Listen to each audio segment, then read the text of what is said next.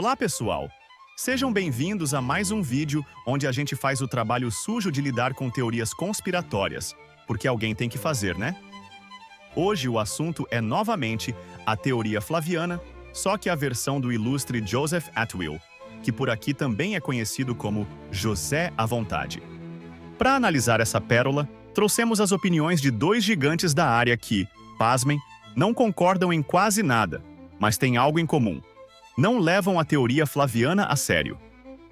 Primeiro, temos Bart Ehrman, o acadêmico respeitadíssimo que defende a existência histórica de Jesus, como bem explicado no livro Did Jesus Exist?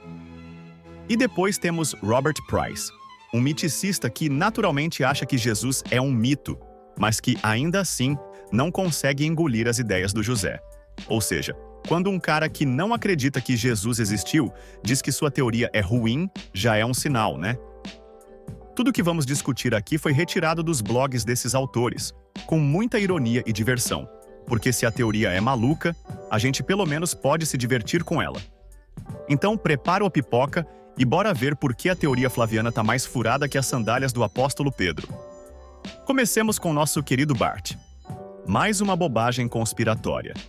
Em 10 de outubro de 2013, pobre Hércules, tentando lutar contra a Hidra. Uma cabeça cortada, surgem duas. Nos últimos dias, recebi vários e-mails sobre um anúncio bombástico que será feito no dia 19 de outubro, supondo que o mundo ainda esteja funcionando depois do dia 17. Em Londres, por parte do acadêmico bíblico americano, Joseph Atwill, quem admito nunca ouvi falar, pelo menos que eu me lembre. Nesse anúncio, o Sr. Atwill, não doutor ao que parece, em que sentido ele é um acadêmico? Porque leu uns livros? Irá provar que o Novo Testamento foi escrito por aristocratas romanos do primeiro século e que eles fabricaram toda a má história de Jesus Cristo. Em outras palavras, prepare-se. Jesus é, na verdade, um mito. Alguém já ouviu isso antes? Atwill é uma figura diferente da maioria dos miticistas. Isso é bom e ruim. Bom porque, bem, você não gostaria de ser como os outros. Ruim porque, bem, você não deveria ser um deles de jeito nenhum. De qualquer forma, aqui está o argumento do Sr. Atwill, em resumo, conforme descrito no comunicado de imprensa. Atwill afirma que o cristianismo não começou como uma religião, mas como um projeto sofisticado de propaganda governamental, um exercício usado para pacificar os súditos do Império Romano. Seitas judaicas na Palestina, na época, aguardavam um Messias guerreiro profetizado e eram uma fonte constante de insurreições violentas no primeiro século, ele explica. Quando os romanos esgotaram os meios convencionais de reprimir rebeliões, eles recorreram à guerra psicológica. Eles deduziram que a maneira de deter o avanço do fervor missionário judaico era criar um sistema de crenças concorrente. Foi então que a história do Messias pacífico foi inventada. Em vez de inspirar guerras, esse Messias pregava o pacifismo e incentivava os judeus a dar a César o que é de César e pagar seus impostos a Roma. A palavra operativa aqui é a segunda. Afirma. Conheço calouros de faculdade que poderiam desmontar essa afirmação em menos de 30 segundos.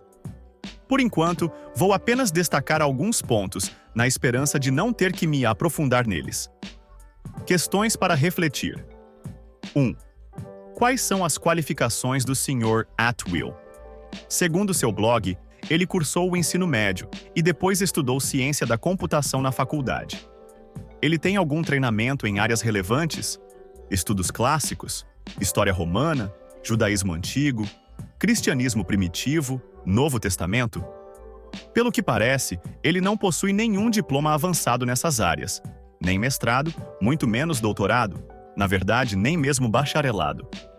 Será que ele já fez um curso em alguma dessas áreas? Ou é mais um autodidata que não sabe muita coisa? 2. Quais seitas judaicas na Palestina do início do século I esperavam um Messias guerreiro? Onde está a evidência disso? 3. Ele fala de insurreições violentas constantes na Palestina no primeiro século. Isso se refere apenas à revolta judaica de 66-70 d.C., essa ocorreu 10-20 anos depois das cartas de Paulo, que pressupõem a existência de Jesus. Ele conhece outras insurreições violentas generalizadas no primeiro século? Aliás, se Jesus foi inventado para apaziguar os insurretos judeus, não funcionou. 4. Quais métodos violentos os romanos esgotaram? Quando exatamente eles recorreram às legiões da Síria? 5. O que ele quer dizer com atividade missionária judaica zelosa? Não há registro de qualquer atividade missionária judaica no século I. 6. Se os romanos inventaram um Jesus pacifista, por que ele previu a destruição violenta dos inimigos de Deus, como os próprios romanos? 7. Por que criaram um Jesus que seria executado como insurreto contra o Estado? Isso não contradiz completamente o propósito de pacificar os judeus? 8. Há evidências de que algum aristocrata romano sequer ouviu falar de Jesus e seus seguidores? Se nunca o mencionaram, o que torna plausível que o inventaram? Já escrevi um livro refutando os miticistas, e não vou escrever outro. Mas esse caso em particular é tão fraco que não consigo evitar expor sua falta de base acadêmica e lógica. Atwill parece estar frustrado por ninguém das áreas de estudos clássicos, história romana, judaísmo do Segundo Templo, Novo Testamento ou cristianismo primitivo levar suas ideias a sério. Talvez para ganhar atenção, decidiu fazer um grande anúncio público em Londres. Eu não vou comprar uma passagem de avião. Por que essas pessoas não gastam seu tempo aprendendo história antiga de verdade? Agora, vamos ouvir Robert Price, Joseph Atwill, Caesar's Messiah, The Roman Conspiracy to Invent Jesus, Ulysses Press, 2005. Resenha, por Robert M. Price. A polêmica tese deste livro é que o cristianismo começou como o ópio do povo judeu, misturado e prescrito para eles pela astuta dinastia Flaviana. Vespasiano, Tito e Domiciano já estavam fartos dos zelotes militantes e do sicariismo. Eles não conseguiam dobrar os nacionalistas judeus à sua vontade, mesmo após uma guerra destrutiva que nivelou o templo de seu Deus. Nenhuma quantidade de tortura poderia fazer os prisioneiros judeus negarem sua fé e chamarem César não apenas de sua salvação, mas também de seu senhor. E assim Tito César, com a ajuda de seu obediente lacaio Joséfo, planejou uma grande farsa pela qual os judeus seriam seduzidos a adorar Tito, filho divino do divino Vespasiano, sem saber, sob o disfarce de um fictício Jesus, filho divino de um pai divino. Os evangelhos foram compostos por romanos e fantoches romanos, incluindo o derrotado líder zelote João de Giscala, também conhecido como João filho de Zebedeu, para catequizar os judeus neste novo e falso judaísmo que, se eles o aceitassem, também os embalaria em um pacifismo soporífero conveniente para Roma. Os 4 evangelhos canônicos e a Guerra dos Judeus de Joséfo foram projetados e compostos para serem lidos juntos, e assim revelar aos conhecedores esta origem secreta e a razão para a religião cristã. Além disso, este Pentateuco Flaviano, lido assim intertextualmente, deveria revelar uma série de piadas cruéis e paródias da própria fé que apresentava para o consumo das massas que os liam literalmente. Os próprios aristocratas flavianos teriam captado as piadas, especialmente a rica brincadeira de que os tolos que caíram em sua religião fraudulenta estavam adorando Tito sem saber. Em uma citação de capa, Robert Eisenman, um colega ocasional do autor Atwill, apressa-se em acrescentar, em outros empreendimentos, observa: se o que Joseph Atwill está dizendo é apenas parcialmente verdadeiro, estamos olhando para o abismo. E o abismo está olhando de volta para nós. Mas é mesmo parcialmente verdade? O interesse de Eisenman na proposta de Atwill é compreensível. Eisenman, em sua obra monumental, Tiago, o irmão de Jesus, foi capaz de mostrar, de uma perspectiva totalmente nova, o quão profundamente pró-romana é a fé do Novo Testamento. Comparada com a religião do cristianismo judaico nacionalista, ela deve ter parecido a mais vil traição, uma involução da noite para o dia da fé de um Messias que invadiu o templo, condenando seus governantes submissos a Roma, em uma religião que advoga a obediência a César, pagando-lhe seu denário e aceitando cobradores de impostos colaboracionistas como irmãos na fé. E Atwill está tentando explicar como tal cristianismo gentio, aparentemente uma paródia perversa do messianismo judaico, poderia ter surgido. Mas Eisenman aceita a teoria de Atwill. Sua citação soa como um exercício de condenar com elogios moderados. Ele nem mesmo se compromete a dizer que Atwill está parcialmente certo. E espera-se que nunca o faça, pois isso seria amarrar sua própria jangada a um navio de chumbo afundando.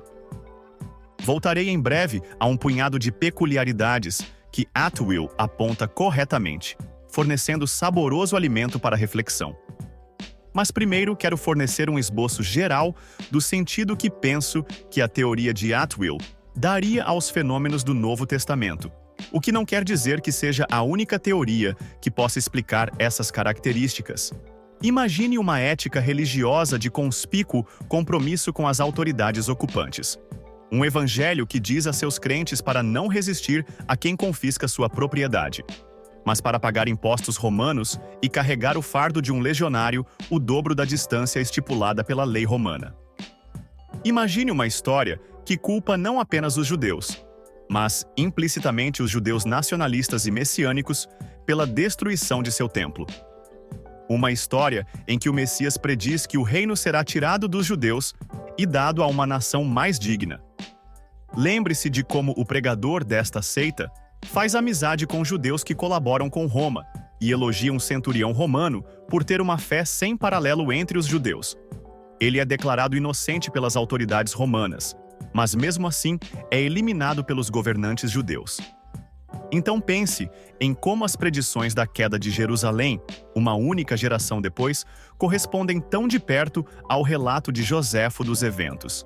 E além disso, como Joséfo até menciona Jesus como um homem justo e até mesmo como o Messias da profecia, embora ele próprio tenha proclamado Vespasiano como o objeto apropriado de tal profecia. Quando alguém sugere que o cristianismo pode ter sido uma metadona messiânica segura, desnaturada, domesticada pelos romanos para substituir a heroína messiânica real e perigosa dos zelotes, e que Joséfo teve algo a ver com isso não soa irracional à primeira vista.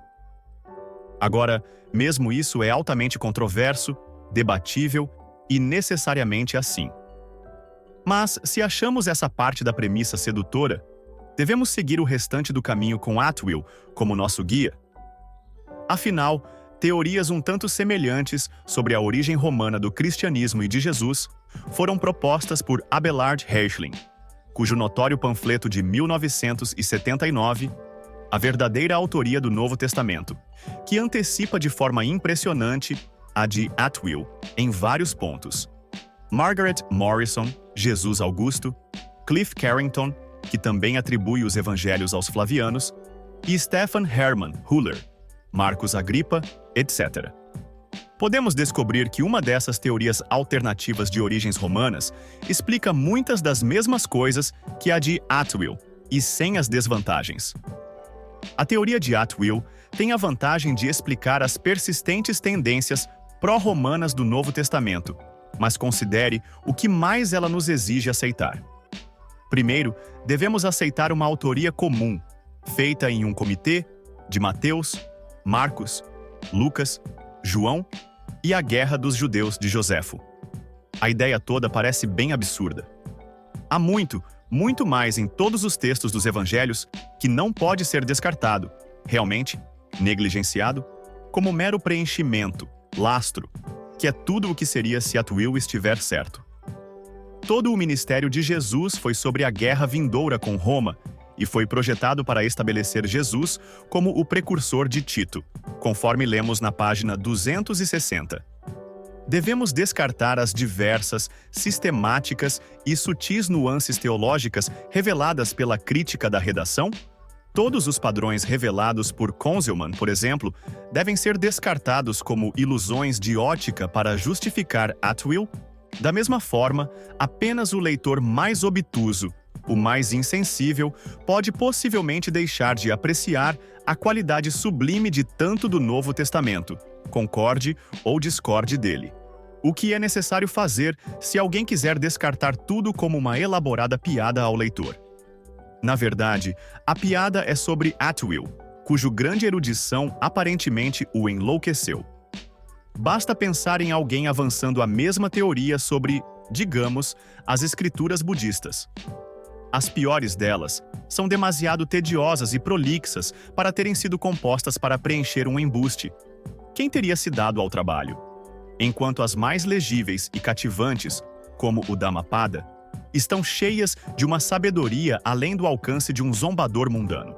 Quanto aos ensinamentos de Jesus, Atwill declara que aqueles que veem significado espiritual em suas palavras estão sendo feitos de tolos. Tal declaração é apenas uma autocondenação, revelando a absoluta incapacidade do autor de apreciar o que está lendo. É por isso que não se deve jogar pérolas aos porcos.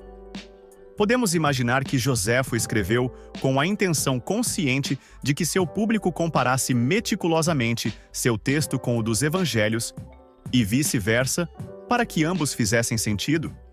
Atwill concede a autenticidade do Testimonium Flavianum, que até mesmo apologistas parecem não conseguir engolir sem aparar o que é mais obviamente cartilagem cristã. Ele pensa que a única razão pela qual os estudiosos o descartaram como interpolação é que eles acham que não se encaixa no contexto, o que, no entanto, se encaixa, de acordo com sua leitura esotérica. Atwill afirma ter aprendido a ler os segredos esotéricos dos evangelhos, pelos quais eles são vistos como sátiras de humor negro dos eventos na guerra judaica. Por exemplo, quando Jesus oferece sua carne para consumo na última ceia, é realmente uma piscadela para o leitor que supostamente deve pensar em uma passagem de Joséfo ambientada durante o cerco romano, quando uma mulher come a carne assada de seu próprio bebê.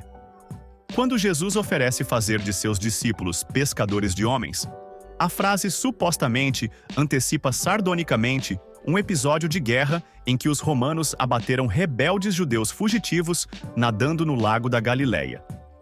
Pensando que seu método é justificado pela comparação com a prática antiga da tipologia bíblica, Atwill se dá licença para se entregar à mais ultrajante exibição de paralelomania já vista. Ele conecta pontos amplamente separados e coleta conjuntos de correspondências verbais incrivelmente forçadas, de evangelho para evangelho e entre os evangelhos e Joséfo. Então, os usa para criar relatos paralelos ostensivos.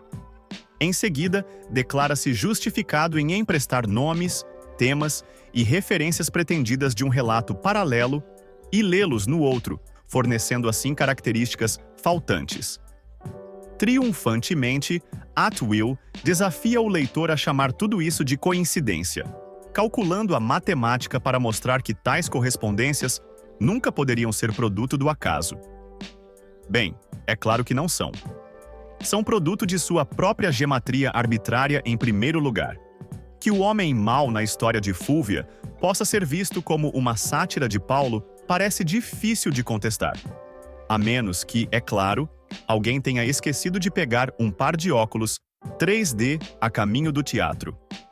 Novamente, Atwill martela a paralela entre a história de Joséfo de uma matrona judia, Paulina, enganada para dormir com um trapaceiro, Décio Mundo, que afirma ser Anubis encarnado, por um lado, e a suposta fraude de disfarçar Tito como o Deus Jesus, por outro.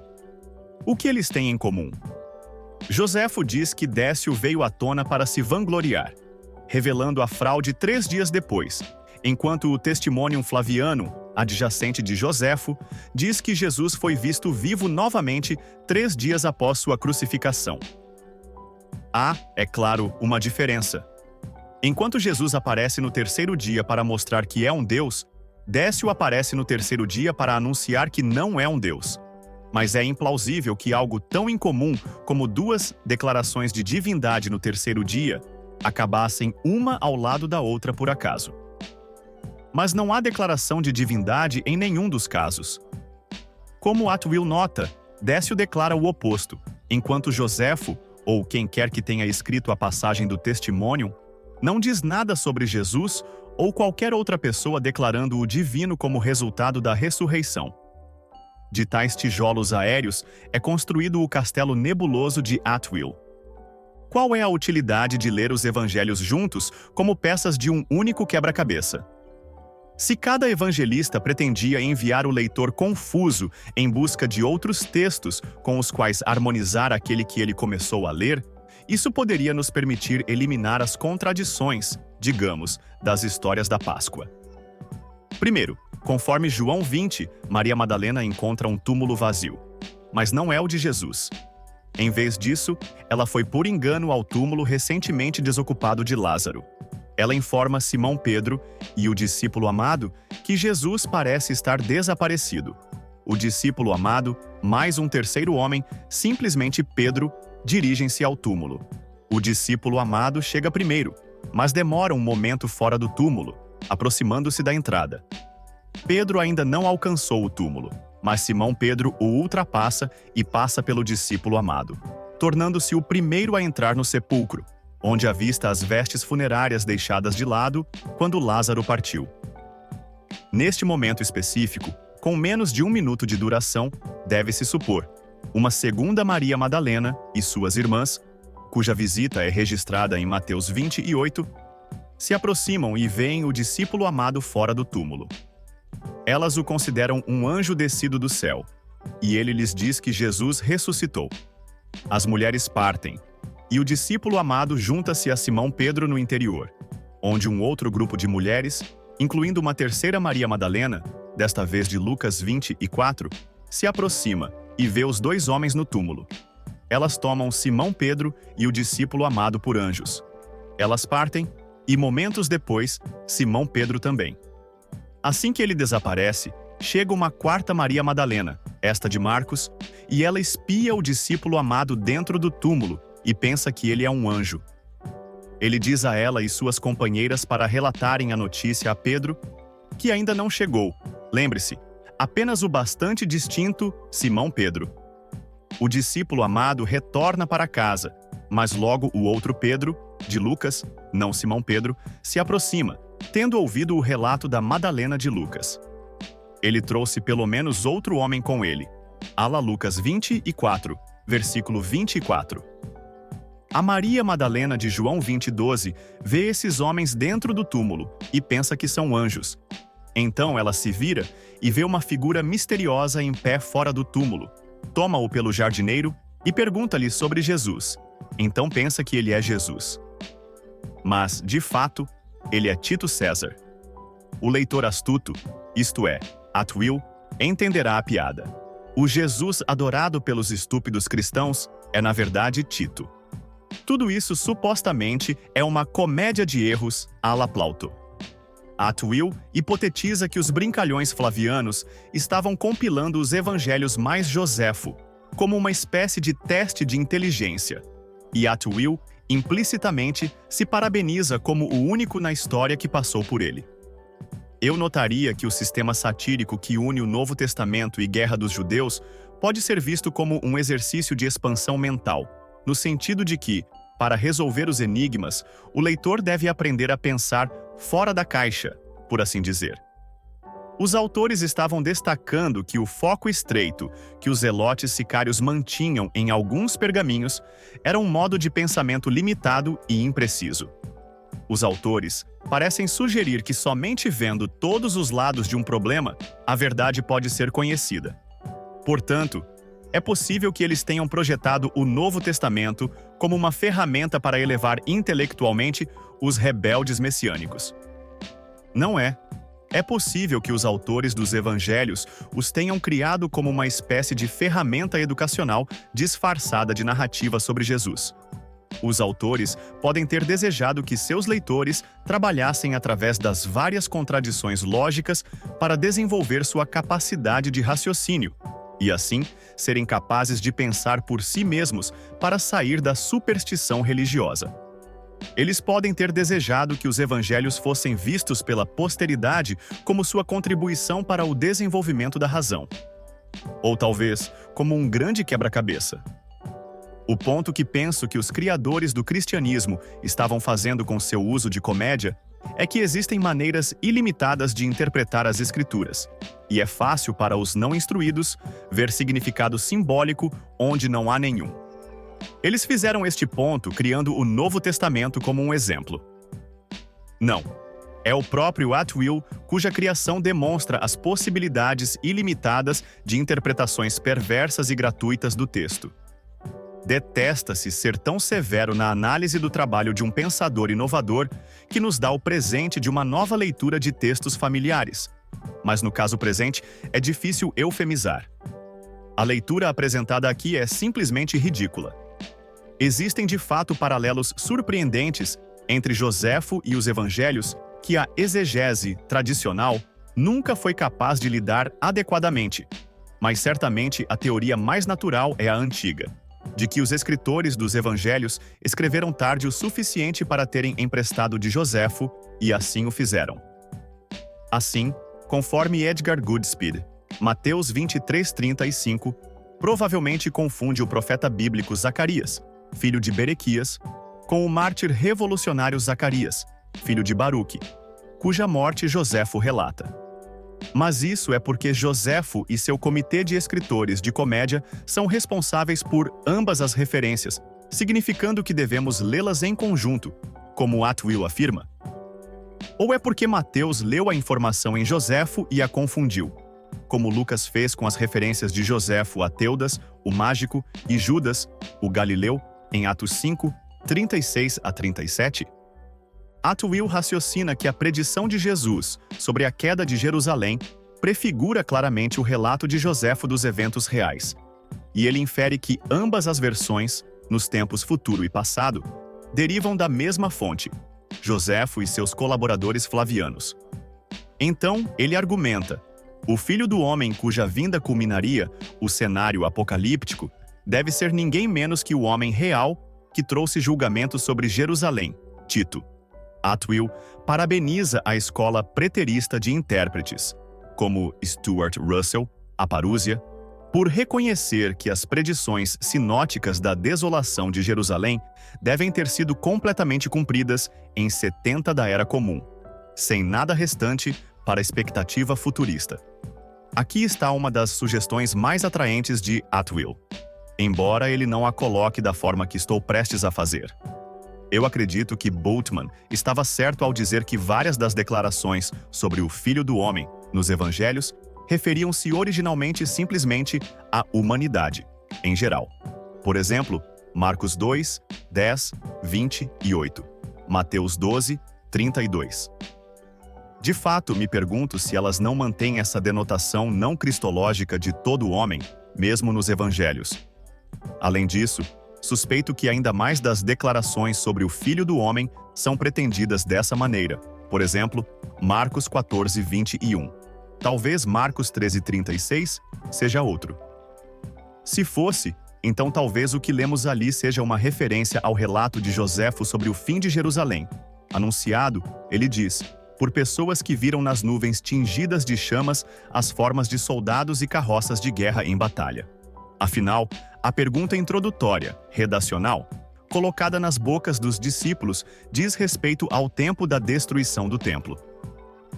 Novamente, Atwill sugere que a história de Marcos, sobre José de Arimateia, pedindo que o corpo de Jesus fosse descido e dado a ele, vem da própria experiência de Joséfo, de reconhecer 3 vítimas de crucificação como antigos associados seus, e conseguir permissão romana para que fossem descidos vivos e tratados, embora apenas um tenha sobrevivido. Quão semelhantes são os nomes José de Arimateia e José Bar Matias, o nome completo do historiador. Se a história do Evangelho é baseada na história de Joséfo, isso resolveria o problema de por que José parece ter pedido apenas por Jesus, e o que aconteceu com os outros 2 ladrões crucificados ao lado dele. Mas para postular tal coisa, dificilmente se precisa imaginar um comitê escrevendo ambas as histórias na esperança de que o leitor inteligente as conecte. Como se fazer isso implicaria remotamente alguma identidade entre Jesus e Tito César. Sem conhecimento do trabalho de Theodore Whedon, Atwill traça os numerosos paralelos impressionantes entre a história da paixão de Jesus Cristo e a história de Joséfo sobre Jesus ben Ananias, sua interrogação pelo Sinédrio e pelo procurador romano, suas predições da destruição de Jerusalém e sua flagelação e eventual morte, sugerindo que os dois Jesus são o mesmo. É uma pena que o resto dos paralelos de Atwill não sejam igualmente convincentes, nem mesmo plausíveis. Mas certamente, como Whedon argumenta, a explicação é que Marcos simplesmente emprestou a história de Joséfo. E quanto ao antijudaísmo, talvez antissemitismo, inclinado para o lado romano dos evangelhos? Novamente, as velhas explicações são bastante naturais e adequadas. Estamos lendo os documentos do cristianismo gentio que se via como substituindo o judaísmo e o cristianismo judaico. Por que seus autores parecem bajular os romanos? Por razões apologéticas, para evitar perseguição. Brandon, Eisler e outros perceberam isso há muito tempo. Não se precisa postular que os evangelhos são propaganda romana cínica, não meramente pró-romana, à la Reuchlin e Atwill. Segundo Atwill, o leitor precisa compreender talvez a sátira literária mais complexa já escrita. Mas a sátira imaginada por Atwill parece tão complexa a ponto de ser incoerente. Jesus representa não apenas Tibério, mas também um líder zelote hipotético chamado Eleazar, que também aparece no Novo Testamento como Lázaro. Maria Madalena representa várias mulheres diferentes, Maria sendo, Atwill supõe, um termo para qualquer rebelde ou simpatizante judia. Simão Pedro e Pedro também não são os mesmos. As duas genealogias do Evangelho, à la Rudolf Steiner, representam dois Jesus distintos. Nas mãos de Atwill, tudo significa outra coisa. E no final, você sabe o que isso significa. E é isso, pessoal. Como vimos, tanto Bart Ehrman quanto Robert Price, dois nomes gigantes no debate sobre cristianismo e Jesus, não economizaram na lenha para queimar a teoria flaviana do nosso querido José à vontade. Foi uma aula de como destruir teorias com classe e fatos. Ehrman foi direto, mostrando que a ideia não para de pé historicamente, e Price, mesmo sendo miticista, deixou claro que, se fosse para escolher um mito, o do Atwill seria o último da lista. Agora, aqui vai um plot twist. Eles ainda não viram a teoria flaviana 2.0, mais conhecida como versão multiversal. Porque, olha, se eles acham que a do Atwill já é ruim, mal sabem o que espera por eles. Imaginem só, evangelhos criados numa salinha secreta de Roma, com Jesus feito sob medida para ser um mascote imperial, enquanto Tito e Vespasiano brindam com vinho e discutem quem inventou melhor as parábolas, e todas as evidências contrárias a essa tese são tiradas da frente, com base em pesquisas artesanais publicadas em lives de YouTube. É nível Marvel Cinematic Universe, mas sem bilheteria e só com roteiros ruins. Então fica o convite. Ehrman, Price, se vocês acham que já viram de tudo, passem no canal da Multiversal Flaviana. Só não garantimos que vocês vão sair com a mesma paciência que entraram. Até a próxima, pessoal! Gostou desse vídeo? Então deixe seu like e se ainda não é inscrito, inscreva-se. Um grande abraço e até mais!